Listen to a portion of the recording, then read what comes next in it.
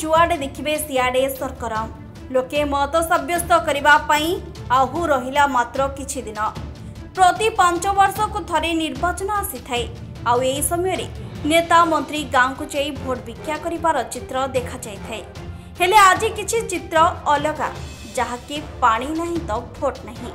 मालकानगिरी जिला कालीमेला ब्लॉक लुगेल पंचायत अंतर्गत पदमपुर ग्रामर गोपीगुड़ा साही और यही साही रे 30 रु ऊर्ध्व लोके बसवास करिथांती। हेले नलकूप अचल होइथिबारु पानी पाई टाणखरे रे अध किलोमीटर जिबाकु पड़ुछि।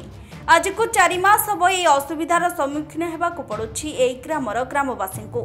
बारंबार प्रशासन को गुहारी करी आसुछंती हेले प्रशासन केवल प्रतिश्रुति दे चलीछंती कि ग्रामवासी मौलिक सुविधार वंचित रहुवा बेले सेमाने शेषरे लोके हताश होई भोट वर्जन करने निष्पत्ति नेछंती। सुला पदमपुर खोलुनी आमके पानी बेसी असुविधा आइलुनी आमके पानी देले आमे भोट देबू पानी न देले आमे भोट न देबू। आमे 30 लोक बारा आछु 100 घर लोक आछु 5 मास होइला खरा फाई करे। मोर ना हमर पदमपुर जरा भागी टेबल खरा फाई करे गोटे 4 मास हलानी। तापर हमर वार्ड मेंबर को से बोतलटे पानी पूरा किना देलु नहीं कोई मीटिंग रे बीएलडब्ल्यू देखाइला।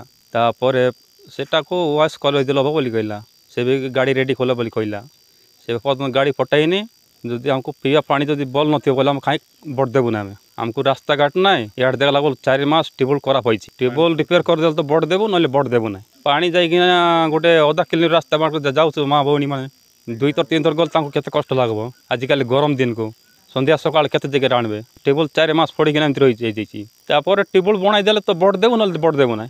मालकानगिरी अब्राहम कुमार सेनापति रिपोर्ट विशेष खबर।